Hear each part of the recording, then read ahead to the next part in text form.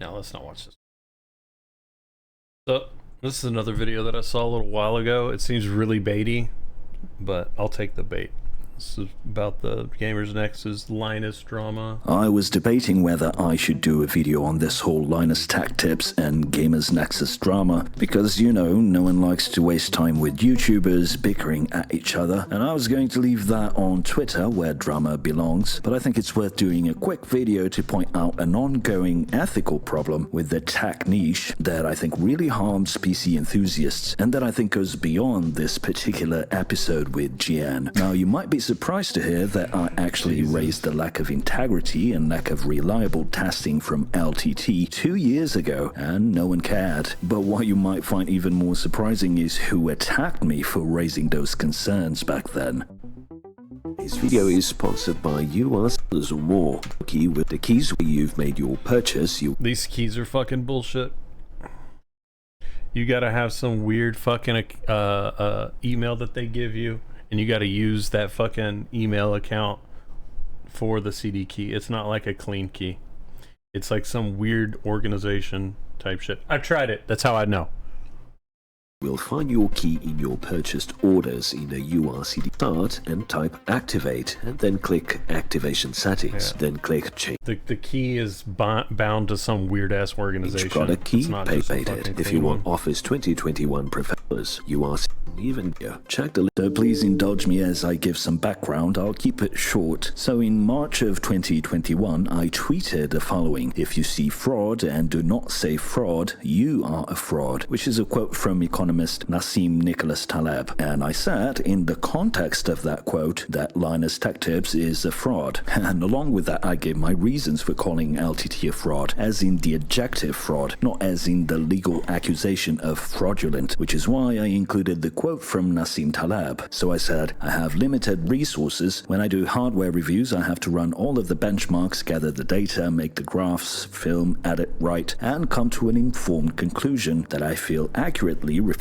the capabilities and value of the hardware within the current market context that represents what most enthusiasts can expect to experience if they buy it. And then I added, I realize my reviews are not the best out there, but I'm working hard to make them better. It's a lot of work and very draining when you consider that you have usually around only a week to do all of that I described above and more. And then I said, so can someone explain to me how a 13 million subscriber channel like Linus Tech Tips, with a significant number of people working there, with unbelievable resources compared to a small channel like mine, is using this selection of games to make a recommendation for a GPU in 2021? Shadow of the Tomb Raider from 2018, Red Dead Redemption 2 from 2019, F1 2020, Wolfenstein Youngblood from 2019, Microsoft Flight Simulator from 2020, Forza 4 from 2018, and CSGO from 2012. And then I ended saying, I saw Linus put more effort into the videos he did for the official Intel YouTube channel. The point of this rant was to bring awareness to the fact that Linus Tech Tips were not testing any current games at the time, and a really small selection of games, and therefore not really informing the viewer on the actual performance of the product in question. Or okay,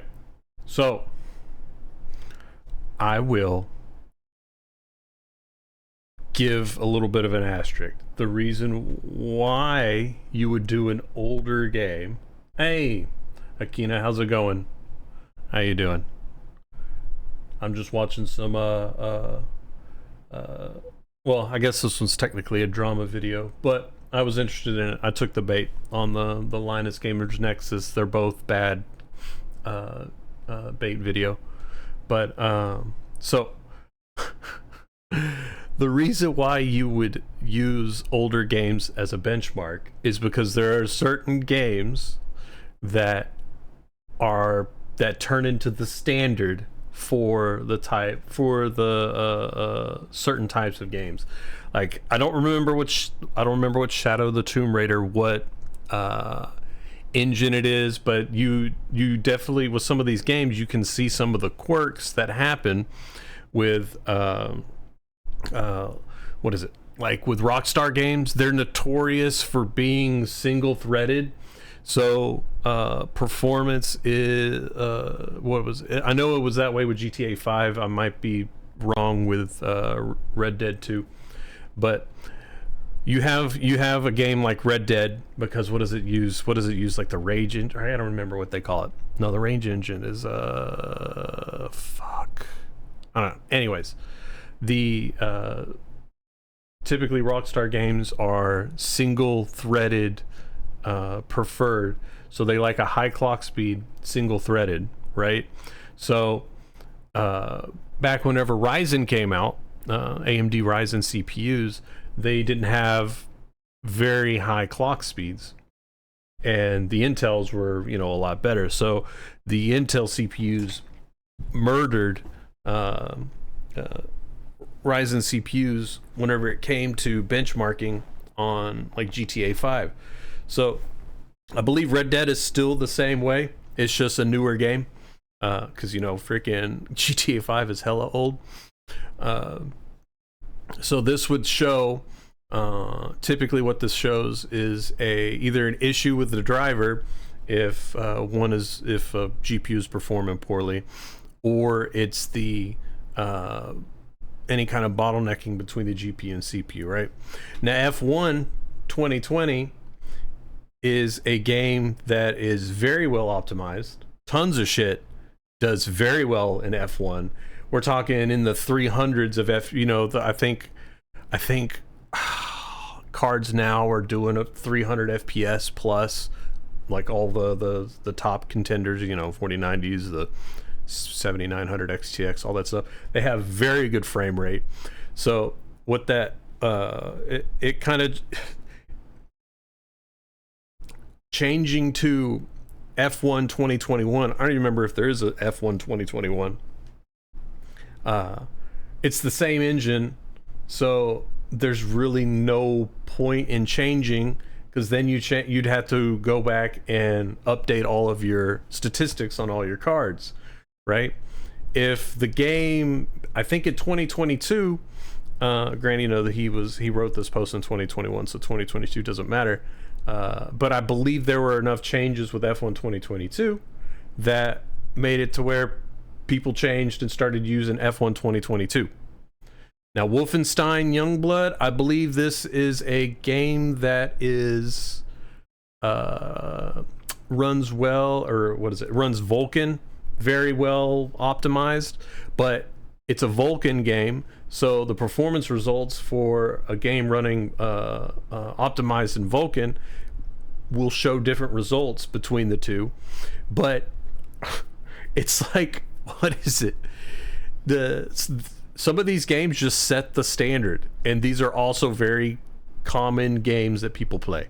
Microsoft Flight Simulator 2020, this game ran like shit for just about everybody. So I don't see this in Forza 4. What is it? In CS:GO 2012. Like, what?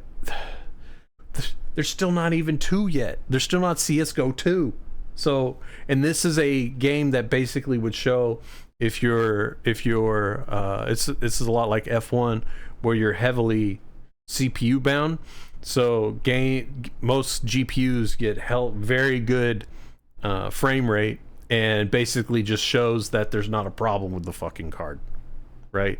So this using older games in 2021, it's because I think this is like a DX12 game, or this might have been their DX11 game, the Shadow of the Tomb Raider, where a game that looks really good and is new and generally runs well on DX11, right? This is probably like a heavily in memory intensive game, the flight sim, so that's why they have that one. CS:GO's a huge game. It's been the standard for years.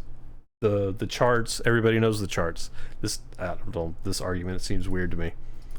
This is true, you can look it up. Promotes the Titan RTX without disclaiming it was a paid-for ad, and I'll show you in a bit how that happened. Promotes 8K gaming on the 3090 from a script provided by Nvidia 1 day before embargo for reviews, which is a complete conflict of interest, as we'll see. Reviews the 3060, constantly mentioning the GTX 1060 as requested by Nvidia. This is something that these companies put in reviewers' guides and that a reviewer should ignore. more. Reviews out-of-date games that don't reflect the hardware's capability, but includes RTX games in the competitor's hardware in what they were calling forward-looking workloads. So basically I was saying they were showing a bias towards NVIDIA's RTX. Those were just a few of the things that LTT was doing at the time. I mean, the fact that Linus goes on the official Intel YouTube channel to promote Intel CPUs should be alarming enough, given that LTT reviews Intel products and products from their competitors. That isn't... All right.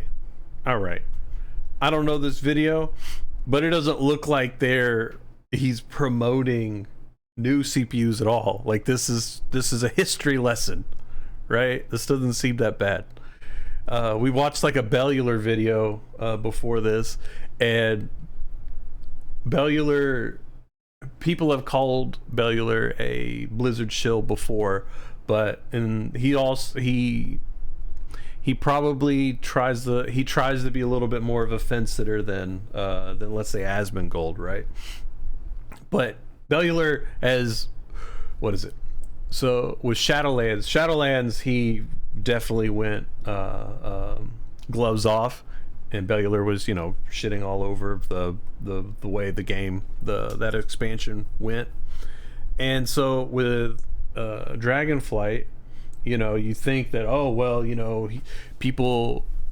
people try to be nice to the corpos because it's a so they can get kickbacks and blah blah blah. Well, Bellular shit all over WoW for the previous expansion, and he produced a guide video, for an official Blizzard guide video for WoW for Dragonflight, right?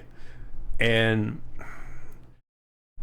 technically that could be a conflict of interest, but the previous video that we just watched, they were talking about setting standard levels for the way that the new Emerald Dream's gonna go, and Bellular's like, "Ooh, don't get your hopes up," basically, right? That's not a very glowing, I have high hopes that it's gonna be good, and gives it the good old thumbs up.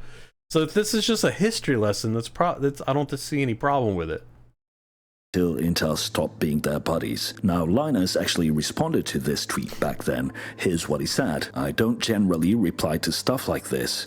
Peasant YouTubers raising valid concerns is beyond divas time. Fraud, if you bothered to look it up, is wrongful or criminal deception for personal gain." Well, let's look up fraud then. It looks like Linus forgot the second part of the definition that he got from Google. A person or thing intended to deceive others, typically by unjustifiably claiming or being credited with accomplishments or qualities. That is the context of me calling LTT and not Linus a fraud. It was deceiving others by presenting content as a review, but not actually doing a review that tested the product accurately, and instead of reliable data, was giving audiences the wrong impression of the product. That is a fraud, as per the definition that Linus himself looked up. You are presenting yourself as a reviewer, which creates expectations in an audience of millions of people that they are getting a review, but then the data in said reviews does not reflect the product's capabilities, and is presented in the same platform where sponsored content for those same companies is being published, in some cases without disclosure that it's sponsored content, as is the case of the Titan RTX sneak peek during our WAN show. So it looks like I got the definition of fraud, as in the adjective, correct. Linus continued, "A disclosed sponsorship is not fraud." Here we can see the RTX 3090 sponsored video, sponsored by NVIDIA, released on September 23rd of 2020, which includes the circles when they're not the needed. LSS has only gotten better since it launched, and a series of bullet points read off of NVIDIA's requirements. This one is needed. Is effectively this one is an not. ad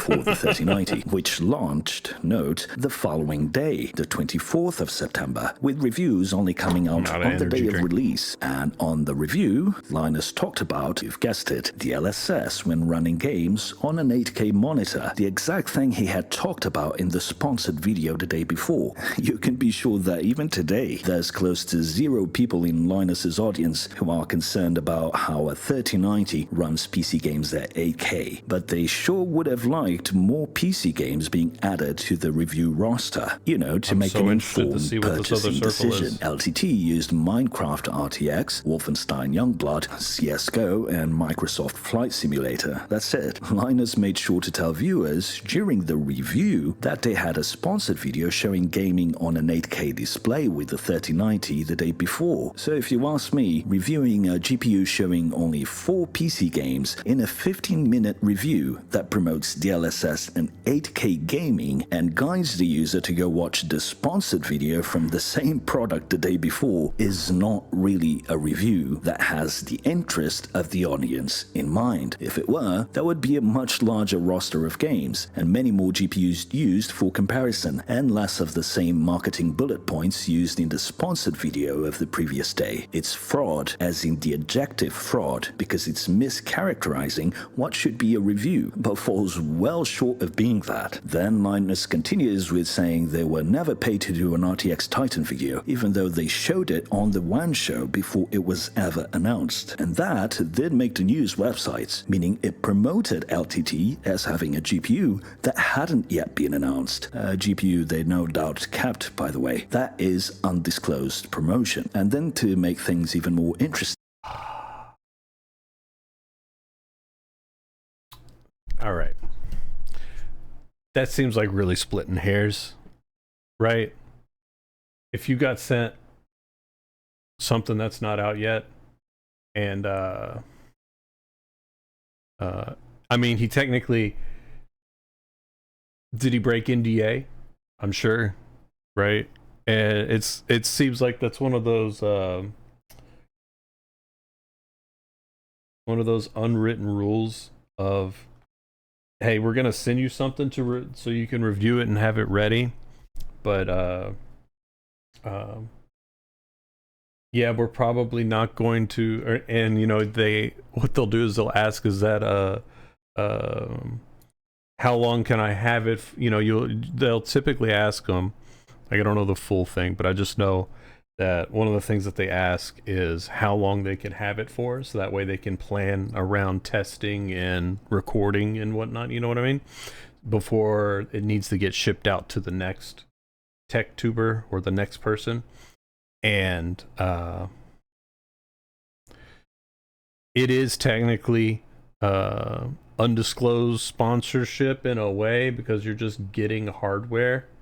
But I mean, come on, that's part of the thing, right? That's one of those perks, and that tech tubers get. I mean, it's the same thing in the corporate world with IT, right? I mean, I won't say the brand, but whenever I worked at a school district, and we were looking to spend a couple $1 million on new wireless, we got some demos from some companies where they gave us APs so we can do like proof of concept stuff, right? You know, configure. It was an access point, some access points, and they gave them to us, and they never requested them back. Now, never. I'm talking years later, right? The district doesn't even exist anymore. It got dissolved, and they never asked for it, right?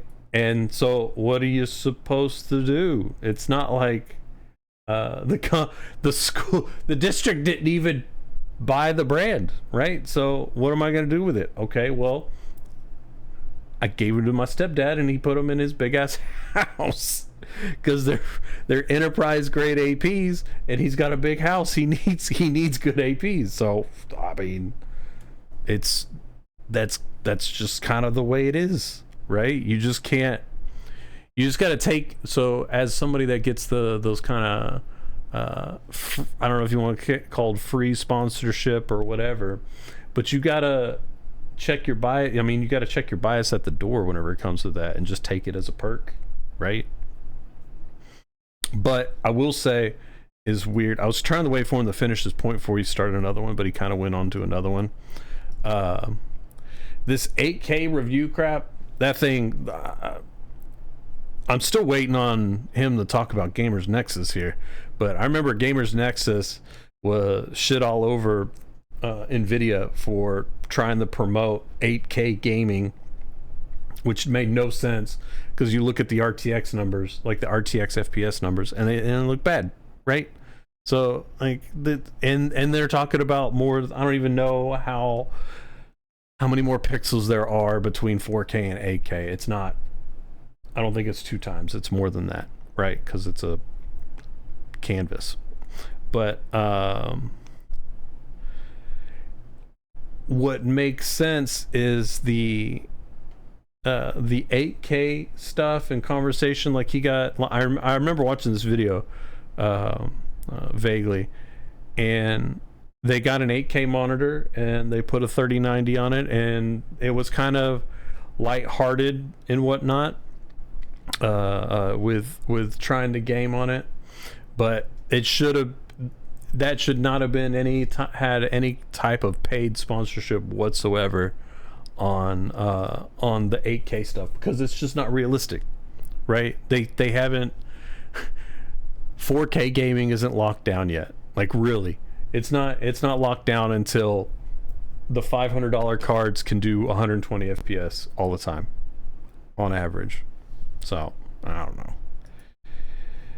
but it looks like that they actually took money from it. Oh, looks like we're moving on. Shutting up or face a lawsuit. So in my eyes, LTT's behavior back then was indeed like a fraud because it misled consumers. At no point did I mean there was a fraudulent behavior from a legal standpoint. I meant it as misleading, masquerading as the definition. As something it was not. Now, guess who came to Linus's defense back then? Well, first here's random Frank P. Bodied. Nice. Rather than taking a hard look at LTT's behavior, let's just pick a side and humiliate this small content creator publicly, yeah? Who cares if what he has to say is actually valid? And the community of LTT followers joined in. Damn, good one, Linus. Get him, Linus. Get him, Linus. It's Twitter, I know. This is expected behavior. There were hundreds of these comments. My point here is showing you the response from the community. I don't really care what people said or say when I speak my mind. Linus continued, your whole community is trying to help you out here, man. And this guy said, this guy is trying to steal your viewers by creating drama. This was another common response, that I was doing it for views. But interestingly, one creator in particular, these people seem like freaking Marvel fans, thought he'd chime in. Gamers Nexus claimed that since I was promoting CD key websites in my ads, I didn't have a high ground to be bringing these LTT issues up. Yeah, Steve from Gamers This isn't pre-watched, I swear. I just know it. Nexus said that. Firstly, the CD Keys website I work with is an OEM Windows key reseller operating in the US and Hong Kong. If GN has something to accuse them of, then they should come forward with proof or reach out to the company in question. I'll be the first to find another sponsor from the dozens of offers in my inbox, from wallets and rugged mobile phones and a bunch of other stuff. As Steve probably knows, it's impossible to make a living on YouTube without ad spots. I'm making like $100 a month on AdSense, and Patreon money has halved over the last year alone because everyone is feeling the crunch. So until there's solid evidence that the company I work with is doing something illegal, which is what I think Steve snobbishly was implying, I'll keep working with them. OEM key reselling is a legitimate business. You can find them on Amazon, eBay, Newegg, Kingwin, Softkeys, etc. So Steve, unless you have proof of what you are implying, stick to riding white horses. What is interesting about Steve's attack here is that his straw manning was incredibly prophetic. Here he was defending Linus from the things that he is accusing him of now. Bad data in reviews and questionable ethical behavior. The exact things I called LTT out on back in 2021, and that made the whole community turn on me, including Steve, are now the things that Steve himself is concerned with. You know what's ironic? The fact that Steve said I didn't have a high ground, but now he thinks he does? Well, let's take a look at just one example, which by the way I called Steve on back then, of GN's questionable ethical behavior. So here is Steve doing a review of a deep cool cooler on the 21st of July, so just a few weeks ago. And here is a video from GN on the 30th of June, so less than a month before, which is sponsored by Deepcool. How's that for ethical concerns, Steve? This is common behavior in the tech space, to review products from companies that sponsor one's channel. Here is the definition of conflict of interest according to Wikipedia. A conflict of interest is a situation. Alright. Yeah, this guy's butthurt. Okay, hold on. In which a person or organization is involved in multiple interests, financial or otherwise, and serving one interest could involve working against another. A conflict of interest exists if the circumstances are reasonably believed on the basis of past experience and objective evidence to create a risk that a decision may be unduly influenced by other secondary interests, and not on whether a particular individual is actually influenced by secondary interest. A conflict of interest is a set of conditions in which professional judgment concerning a primary interest, such as a patient's welfare or the validity of research, tends to be unduly influenced by a secondary interest, such as financial gain. So by definition, it doesn't matter if Steve is effectively influenced by the sponsorship of Deepcool when he does Deepcool reviews. By legal definition, it's still a conflict of interest, even if Steve is the Mother Teresa of reviewers and is 100% not influenced by the fact that the companies whose products he reviews pay his salary. That is exactly verbatim what Steve at Gamers Nexus does on a regular basis on his channel. He reviews products from companies that sponsor his channel, like Deepcool, Coreteks, and others. And he's now calling out LTT for their questionable ethics. This is a whole new level. Alright, so this goes into what I was saying before with, of course, there's always going to be some sort of conflict of interest if you take a sponsorship, right? And this is where the trust factor with the content creator or journalist, you know, or news website, all that stuff. This is where that comes into play. And this is probably why more people are starting to lean towards these smaller content creators, because you get to know the person, and I'm not gonna get into the parasocial shit, but you watch them enough and you understand their way of thinking, and that's kind of where a lot of the trust comes in, right? So I would have to look at the Assassin review that he did. I haven't actually watched the video. So let me scan while we level of hypocrisy. I mean, Steve has had his head shoved up his ass so deep for several years now, thinking he's some sort of white knight of the PC community, here to protect the consumer's interest.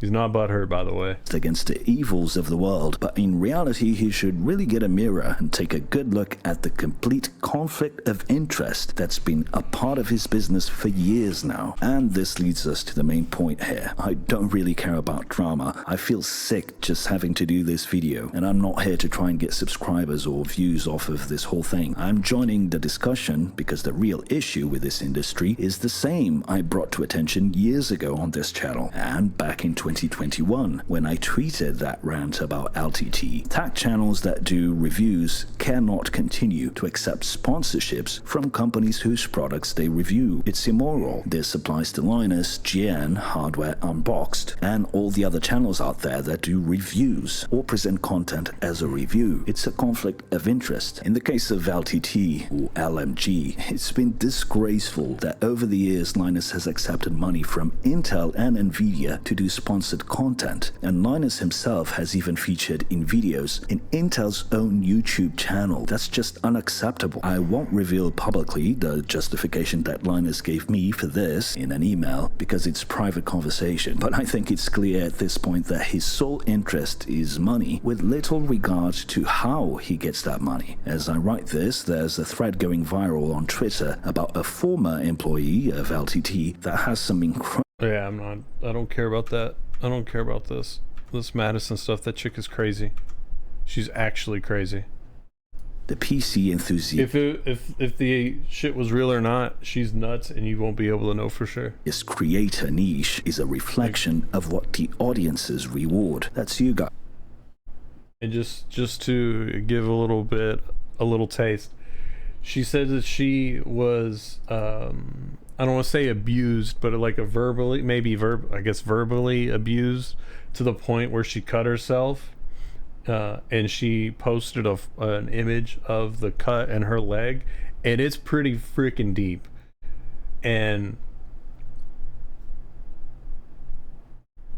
you don't do that if you're in the right mind, regardless, right? The hazing or the bullying or anything like that, that's too much. So yeah, I'm not sure if it's real or not. She might just be a schizo. When I raised concerns about Linus's behavior, the whole community raged on me. Creators like GN Steve, Greg Salazar, Random Frank P, plus all the others that did so through private messages, you know who you are, and were still the viewers. The PC enthusiast community would rather stand behind what is clearly damaging behavior to themselves by planting flags, rather than objectively consider that maybe the concerns raised by a smaller creator are valid. Well, as a result of that reaction, I just stopped caring, and the result was that LTT's reviews got worse and worse, misleading thousands of people with recklessly put together charts and reviews that don't do products justice. Maybe some of you watching were affected by this. It's something to think about. And as for Steve, dude, get your head out of your ass, man. You are not the PC enthusiast community white knight. You are part of the problem. Stop getting sponsorships from companies whose products you review. Then you can ride on your white horse all you want, and that goes for all the other creators out there. Peace. All right, let me show y'all why I actually like Steve. Right, we're not gonna watch the whole video that he was talking about, but we're back with a... So, you know, this is the cooler that he reviewed, right? I believe. PC enthusiast community. That's the video, right? A Deep Cool 4 review and benchmarks. All right, so he was sponsored by these people, right? We're back with a... He goes, he does a lot of testing. He does more testing than I think most people do because he purchased some crazy equipment. But this is what matters, right? Cooler benchmark. They used a 3950X, overclocked 198 watts. That's freaking a lot of wattage. And what is this? Ambient temperature.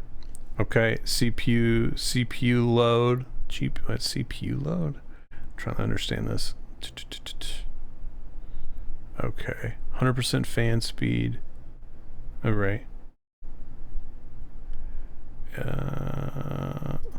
Is above ambient. That has it about tied with the Thermalright Peerless Assassin. The noise level between these two is also functionally the same and mostly within error or variance. The Assassin has a big VRM cooling advantage, but we'll come back to that. You don't see that here. For CPU thermals only, the Peerless Assassin is fiercely competitive, and when we were digging around, we recently learned that Thermalright became owned by a factory, so that's a pretty big home field advantage if they can make their own coolers. Adding an extra fan to the Assassin improved thermals by 2 degrees, which is significant and outside of error. That's a real benefit. Not necessarily worthwhile, but it is real. It's So one thing to note, middle of the pack with the review, right? And let's go to another one. In the chart, the Assassin 4 with 3 fans ended up running a 37 degree and 31 degree over ambient set of FET temperatures. That's a slight improvement in VRM1 over the dual fan setup. Middle of the pack. There's obviously better coolers out there, right? Okay. Here's another one. Middle of the pack. Okay. The pressure testing. This is one of the things that Alternatively, Steve you can support does us right here on YouTube. that nobody else does. Is, well, he purchased something that's able to do pressure testing. So this is a really important to show like the flatness and the way that the way that the weight is, or the pressure is distributed on the CPU cooler. So this, this is the actual CPU, and the red means that there's good pressure, and then it fades out to no pressure, right? So that might be okay for an Intel CPU, but probably not so great for AMD because the way that they're isn't necessarily better. But what is better is a lack of significant deviations that may indicate pitting or uneven leveling of the surface by the machines. Here's the plot. The box indicates the median, while the upper and lower points on the line indicate the extremities of the quartiles in the graph. The Assassin 4 is one of the better coolers we've tested. Yeah, that's actually good, right? So one thing I will say, you talk about, he was sponsored a month ago for making this cooler, but he has objective proof that it's one of the better ones, right? The thermal right is freaking awesome, and I'm in the way, right? That's crazy. It's low numbers and everything, but you could see the Amazon Basics cooler. Granted, this is like a $20 cooler. That's all the kind of stuff that you keep in mind whenever you're buying a cooler, is all this shit. Like this, if this, I don't know remember the prices of everything, but this Arctic Freezer cooler was the same price as the Deep Cool Assassin, I fucking would not consider this at all. Because look, it's not flat. It's not flat enough, right? So they go over fan compatibility, and then here we go. Let's go to criticisms.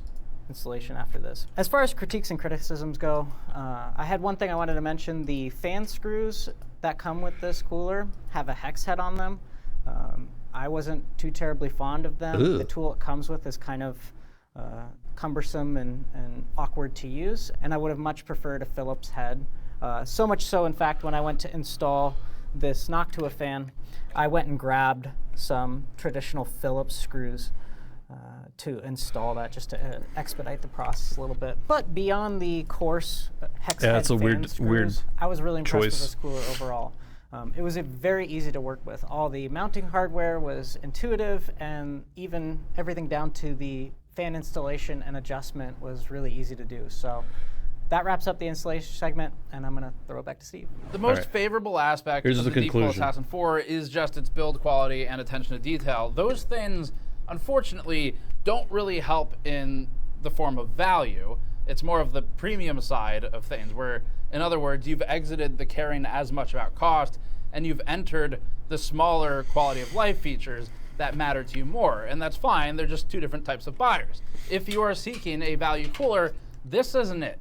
It's too expensive for that market, and there are competitors that achieve the vast majority of this performance for far cheaper, like the Thermalright Peerless Assassin. But Does that really sound like a sponsored review? It's like it's saying that you're literally spending extra money on bells and whistles that don't really matter. in a technical sense, the Deep Cool Assassin 4, which shares half of a name with the Peerless Assassin, is at least the technical best on our charts. In terms of the ease of installation and attention to detail things we liked, though, they're excellent overall. The cable channeling is good, the markings on the fans and brackets are clear for the most part, and even the inline resistor and switch offer some additional functionality that's rare. It allows you to get more use out of that low end of the PWM curve. But at $100, it's expensive. Liquid cooling options can outperform this by several degrees Celsius in a like-for-like test. Something like the Arctic Liquid Freezer 2, 280, or 240 series. And that's especially true when you noise normalize these. If you cringe at the idea of a liquid cooler though, then again, the Peerless Assassin is a competitive alternative at a much lower price. And if we want to throw even more variables in it, you could get something like a cheaper $40 to $50 air cooler, and then an ILM replacement kit like the Thermalright one or the Derbauer one, but that's kind of too expensive for this argument. So you get a $7 ILM replacement kit with a cheaper cooler. The thermal benefit starts to evaporate on this much more expensive option, and so See, this is exactly why. Okay? Does it sound like he's recommending this? Come on. He is not recommending this at all. He's saying there's better options, right? So I don't see how you would call this a paid review. you're pretty much left with the build quality and the quality of life stuff. Now, Deepcool has one other advantage, and it's one that we're not sure the company even realizes it has, and that's better VRM cooling. We showed that in one of our charts. If you're running a lower power VRM or that area of your case is particularly hot, then maybe it's a bit of an advantage. And the biggest downsides, other than value, are just the fan whine and the 140 mil just because compatibility, it's so which we enclosed think that Deepcool it can resolve with some creates a fan better tuning flow as the blades interact with the fin stack, and the latter can be resolved by just selling that 140 mil fan separately. Now the fan whine, we think, for most people will get buried by the rest of the system noise and by boxing it into a case. For those of you who are particularly noise sensitive, then assuming it's not a one-off issue, you're not going to like it. But again, we think the vast majority of people, that includes people. All right, we're good. It doesn't sound like a rave review. Just because you review something doesn't mean that you're paid off and you're you endorse it. It's freaking ridiculous. Oh. All right, I think that's good on the tech tuber stuff.